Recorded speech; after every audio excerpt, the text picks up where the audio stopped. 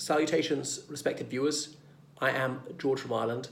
This is a video about the perfidy of Donald Trump. So, President Trump is notorious for lying in the face of irrefragable evidence. And that's why I think it was PolitiFact rated him at 75% dishonest. It rated Obama at 25% dishonest, which is clearly shocking, clearly too high. Ideally, it would be 0, but everybody lies, including yours truly. It's a question of the frequency and the severity of those lies. Are they at least close to the truth?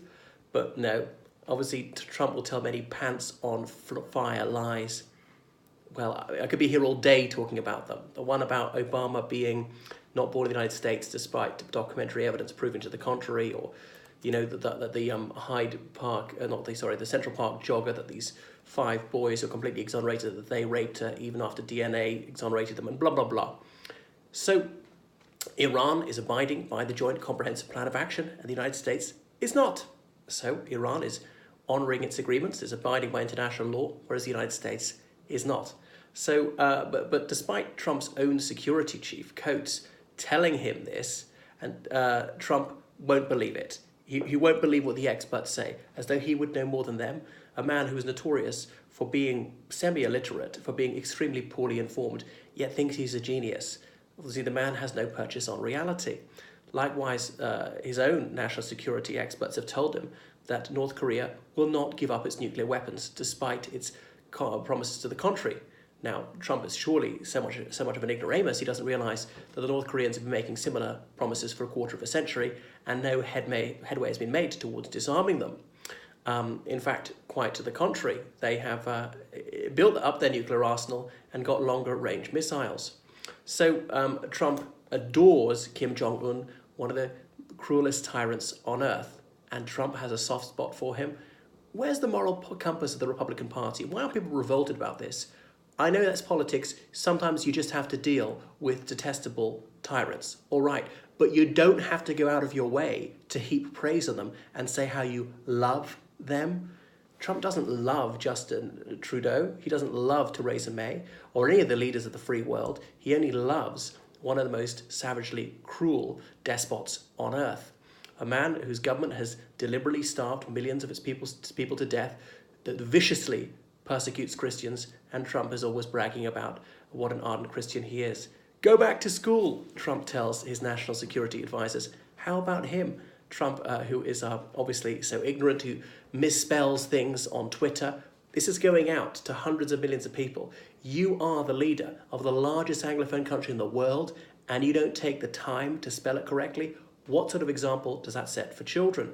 Being just so sloppy and inaccurate, playing so fast and loose with the truth. So why shouldn't the Iranians develop nuclear weapons? Obviously, every country is entitled to. They haven't promised, they might as well get them. They promised not to. Then America broke its promises, so the Iranians are released from any obligations that they entered into, contingent upon America honouring its side of the bargain. Why is America allowed nuclear weapons, but Iran is not? I mean, Iran hasn't tried to overthrow the US government.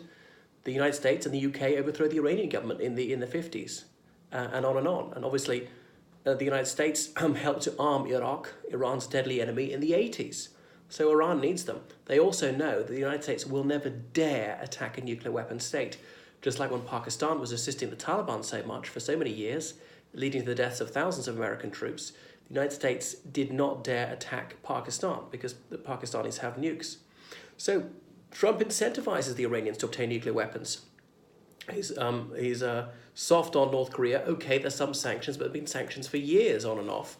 In fact, rewarding them with these face-to-face meetings, which is a great boon to the ego of Kim Jong-un. And there is Trump caressing this man's vanity. So there's no penalty for failing to disarm, it seems to me. And look at the state of emergency that Trump is declared with regard to illegal immigration, despite illegal immigration being the lowest for decades. Certainly illegal immigration via illegal border crossings. Most illegal immigration is via legal ports of entry. People come lawfully, only they overstay their visas. And Trump has got no bright ideas about how to tackle that problem. It's a threat to national security. A bit like buying steel legally from allied countries, that was a threat to national security. You remember that one? Buying aluminium legally from allied countries, that was a threat to national security. This is how Trump abuses reality. I mean, an incoming nuclear missile, that would be a state of emergency. That would be a threat to national security. Not somebody buying steel, people purchasing foreign cars, that's a threat to national security. This is doing violence to the English language to claim someone lawfully purchasing an automobile is a threat to national security. Why not outlaw it then, rather than have tariffs? German manufactured cars are a threat. And like BMW has its biggest factory in the world in South Carolina. So maybe BMW should close the factory and put thousands of Americans out of work. Would that be good for American national security? It's absolutely outlandish, the things he's saying. 33,000 Americans shot dead every single year. But that's no threat to national security. Trump doesn't think so. That's no state of emergency. So buying aluminium, which doesn't kill anybody, is a threat to national security, but 33,000 violent deaths is not. Has this man completely lost his reason? And then in all these press conferences, Sarah Huckabee Sanders, she really loves Jesus. She gets up there and displays her extraordinary gift for obfuscation, for misdirection, for failing to engage with the premise of any question, which would be very embarrassing for the White House if she were to answer it honestly. So, as she's an ardent Christian, she likes to parade that fact. I would remind her of that quotation from the Old Testament, lying lips are an abomination to the Lord. So she knows when she's lying. She's not that stupid. She will avert her eyes when she's telling a lie. She'll be rubbing her nose. The blink rate will go up. So there she is, deceiving the public day after day to serve her master. What do the commandments say? Thou shalt not bear false witness against thy neighbour. Now, I'm not a big one for the Bible. She is. There are some moral preachments in the good book, and that would be one of them. And there she will be trashing the reputation of those who say things that the president finds disobliging. Well, I wonder if Trump will ever reach the limits of impunity with his base. I suppose by failing to construct the wall, that might be it. But they're obviously committed now. They're just so deep in, they may as well entrench themselves even deeper and just absolve him, no matter how many flagrant and emetic lies he tells. He will always command the blind loyalty of some people. It's like Churchill said, you can fool some of the people all of the time. 46% is what it took to be elected last time. He needs that 46% to be re-elected. If he's got anything significantly below that, even 1 percentage point, then his chance of being re-elected are slim indeed.